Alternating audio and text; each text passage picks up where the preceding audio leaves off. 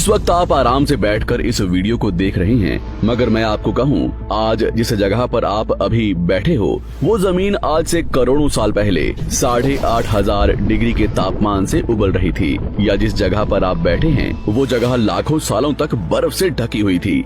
ये दोनों बातें सच हैं। इस 15 मिनट की वीडियो के अंदर आप पृथ्वी के 450 करोड़ साल के सफर को देखने वाले हैं। जिस जगह आज हमारा सौरमंडल है, वहाँ विभिन्न प्रकार की गैस और धूल के बादल हुआ करते थे। वैज्ञानिकों के मुताबिक इन धूल के बादलों से दूर एक तारा हुआ करता था। वक्त के साथ साथ उस तारे की ऊर्जा कम होने लगी, जिसके कारण उसके अंदर एक विशाल विस्फोट हुआ।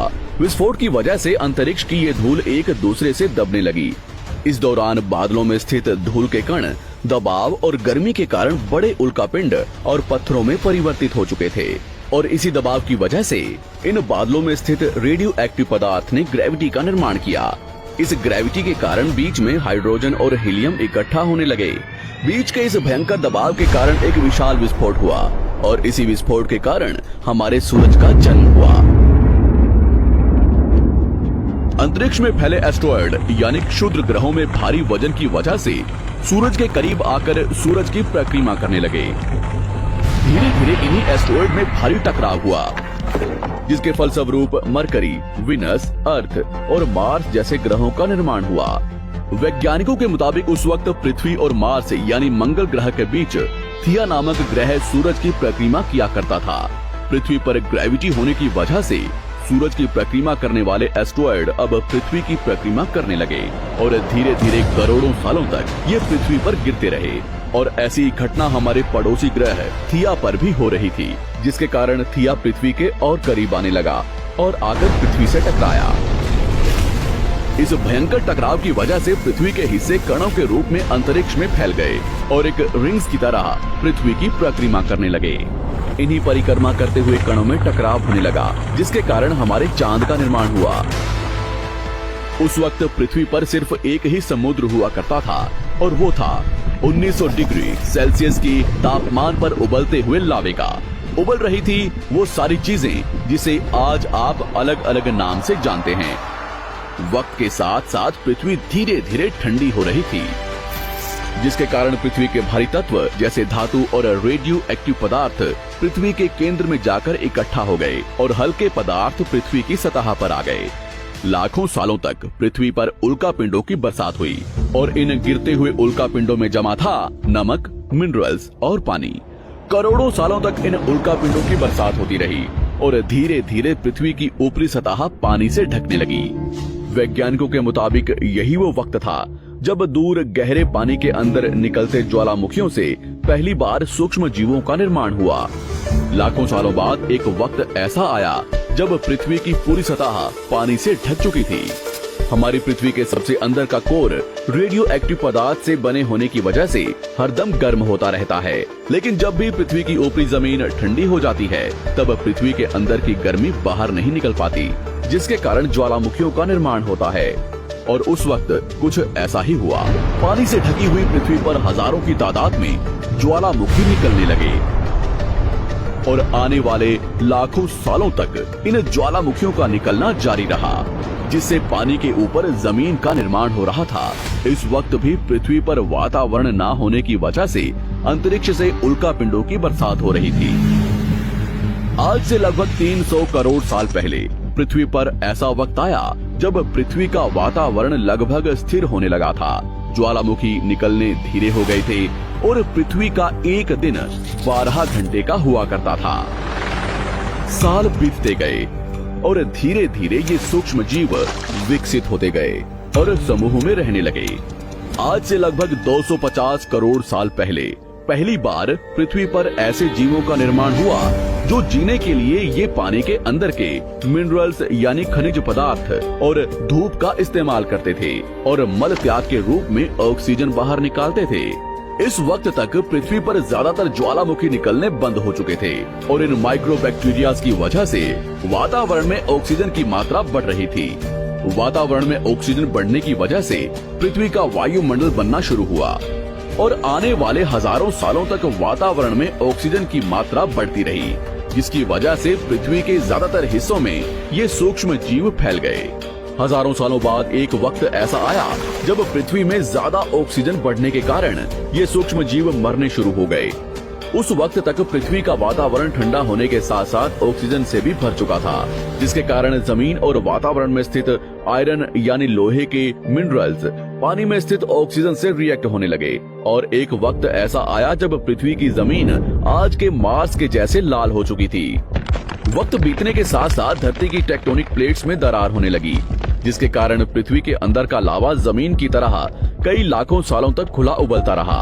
और यही वो कारण था जिसके कारण पृथ्वी के वातावरण में कार्बन डाइऑक्साइड की मात्रा बहुत बढ़ गई और पृथ्वी पर एसिड की वर्षा शुरू हो गई। एसिड रेन की वजह से पृथ्वी का तापमान घटने लगा और तापमान इतना घटा कि पृथ्वी के ऊपर स्थित पानी बर्फ में परिवर्तित होने लगा। पृथ्वी पर पहली बार भयंकर आइस एज आया। इस वक्त पूरी पृथ्वी सफेद बर्फ से ढक चुकी थी। आमतौर पर जब धरती पर सूरज की किरणें गिरती हैं, तब जमीन उन किरणों को सोख लेती है, मगर क्योंकि पूरी पृथ्वी बर्फ से ढक चुकी थी और क्योंकि बर्फ सफेद और चमकीली होती है, जिसके कारण सूरज की किरणें धरती पर गिरने के बाद वापस चली जाती थी। इसी कारण से पृथ्वी कई लाखों सालों तक बर्फ से ढकी रही, मगर फिर से पृथ्वी के अंदर स्थित गर्मी ज्वालामुखी के रूप में निकलना शुरू हो गई और इन ज्वालामुखियों से निकलने वाली गर्मी ने बर्फ को पिघलाना शुरू कर दिया। इसी बीच पृथ्वी की गहराई में बचे कुछ सूक्ष्म जीव धीरे धीरे बदल रहे थे और अब वो ऑक्सीजन को अपने शरीर को बड़ा और जटिल बनाने के लिए इस्तेमाल करने लगे थे। इस बीच पानी में अलग से भी छोटे समुद्री पौधे निकलने शुरू हो चुके थे। बाहर जैसे जैसे ज्वालामुखी निकल रहे थे, वैसे वैसे वातावरण कार्बन डाइऑक्साइड की वजह से गर्म हो रहा था। वक्त के साथ साथ बर्फ तो पिघलने लगी, मगर धरती पर फिर से एसिड की वर्षा शुरू हो गई, जिसके कारण फिर पृथ्वी ठंडी होने लगी और फिर पृथ्वी की ज्यादातर सतह बर्फ से ढक गई। ऐसा बार बार कई हजारों सालों तक होता रहा और इसी कारण से अब समुद्री जीव धीरे धीरे वातावरण के हिसाब से विकसित हो रहे थे। इस बीच कई सारे जीव और समुद्री जंगल्स विलुप्त हो गए, मगर जो बच गए वो धीरे धीरे पृथ्वी के बदलते तापमान के हिसाब से ढलते गए और अब हजारों सालों बाद समुद्री पेड़ बर्फ की वजह से पूरी तरह से मरते या सूखते नहीं थे। अब सूक्ष्म जीव समुद्री जीव बन चुके थे। जब फिर से ज्वालामुखियों ने पृथ्वी की बर्फ को पिघलाना शुरू किया, तब ये समुद्री पेड़ जल्दी विकसित होकर फैल गए। धीरे धीरे वातावरण में ऑक्सीजन की मात्रा बढ़ने लगी और पृथ्वी पर होने वाली एसिड की वर्षा कम होने लगी। वातावरण में ऑक्सीजन आने की वजह से पृथ्वी की ओजोन लेयर्स मोटी होने लगी और आज से लगभग 47 करोड़ साल पहले पृथ्वी की ऊपरी सतह पर पहली बार मोसोस नामक प्लांट उगना शुरू हुआ। वक्त के साथ साथ जमीन पर अलग अलग प्रकार के पौधे और पेड़ उगना शुरू हुए। एक वक्त ऐसा आया जब जमीन के पेड़ों की लंबाई लगभग 80 से 100 फीट जितनी या आज के 5 से 6 मंजिला बिल्डिंग जितनी ऊंची हो चुकी थी। ये वो वक्त था जब समुद्री जानवर समुद्र से बाहर निकल रहे थे और जमीनी जानवरों में परिवर्तित हो रहे थे। धरती की ज्यादातर जमीन एक जगह इकट्ठी हो चुकी थी, जिसे आज हम पैंजिया महाद्वीप के नाम से जानते हैं। पृथ्वी का वातावरण और तापमान लगभग स्थिर हो चुका था और अब करीब 21 से 23 घंटे का दिन हुआ करता था।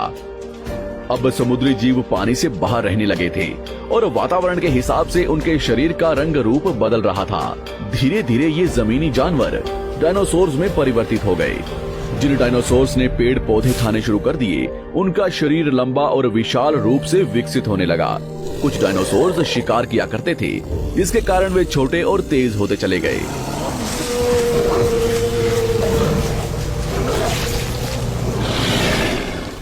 पृथ्वी की ऊपरी जमीन एक जगह इकट्ठी होने के कारण ज्यादातर जमीन रेगिस्तान और बंजर हो चुकी थी। ज्यादातर जंगल समुद्र के करीब हुआ करते थे, जिसमें डायनासोर्स रहा करते थे। आज से लगभग 20 करोड़ साल पहले पैंजिया महाद्वीप टूटना शुरू हो गया। पैंजिया के विभाजित होने की वजह से पृथ्वी की ज्यादातर ऊपरी जमीन पानी के संपर्क में आने लगी, जिसके फलस्वरूप पृथ्वी पर हरियाली बढ़ती गई, जिस वजह से डायनासोर्स और ज्यादा विभिन्न और विशाल होते चले गए। डायनासोर्स ने आने वाले लगभग 20 से 30 करोड़ सालों तक पृथ्वी पर राज किया। उस वक्त डायनासोर्स समुद्र से लेकर जमीन और आसमान तक पूरी पृथ्वी पर राज किया करते थे। इस दौरान अफ्रीका से टूटा भारत सीधे आकर आज के तिब्बत से टकराया और इस टकराव की वजह से हिमालय का निर्माण हुआ। आज से लगभग 6.5 करोड़ साल पहले पृथ्वी की तरफ आज के माउंट एवरेस्ट से भी बड़ा लगभग 4.5 लाख करोड़ किलो जितना वजनिया उल्कापिंड लगभग 80,000 किलोमीटर प्रति घंटे की स्पीड से पृथ्वी की तरफ आ रहा था। पृथ्वी की सतह को छूते ही उसमें भयंकर आग लगी और वो जलते हुए सीधा पृथ्वी से टकराया। इस टकराव से निकलने वाली ऊर्जा आज के 10 करोड़ परमाणु बम एक साथ फटने के बराबर थी। जहां ये उल्कापिंड गिरा वहां के जानवर और पेड़ तुरंत भाप बनकर जल गए। गिरते ही पृथ्वी पर पूरी तरह धूल फैलने लगी। समुद्र में भयंकर बाढ़ आने लगी। भूकंप और आग ने पृथ्वी को जलाना शुरू कर दिया। कुछ ही घंटों में पूरी पृथ्वी के वातावरण में हानिकारक गैस और धूल की वजह से पृथ्वी नर्क हो चुकी थी। डायनासोर्स घुटन, आग और भूखमरी से पूरी तरह विलुप्त हो गए। इस वक्त हमारे पूर्वज जमीन के अंदर रहा करते थे, जिसके कारण वो इस विशाल प्रलय से बच गए।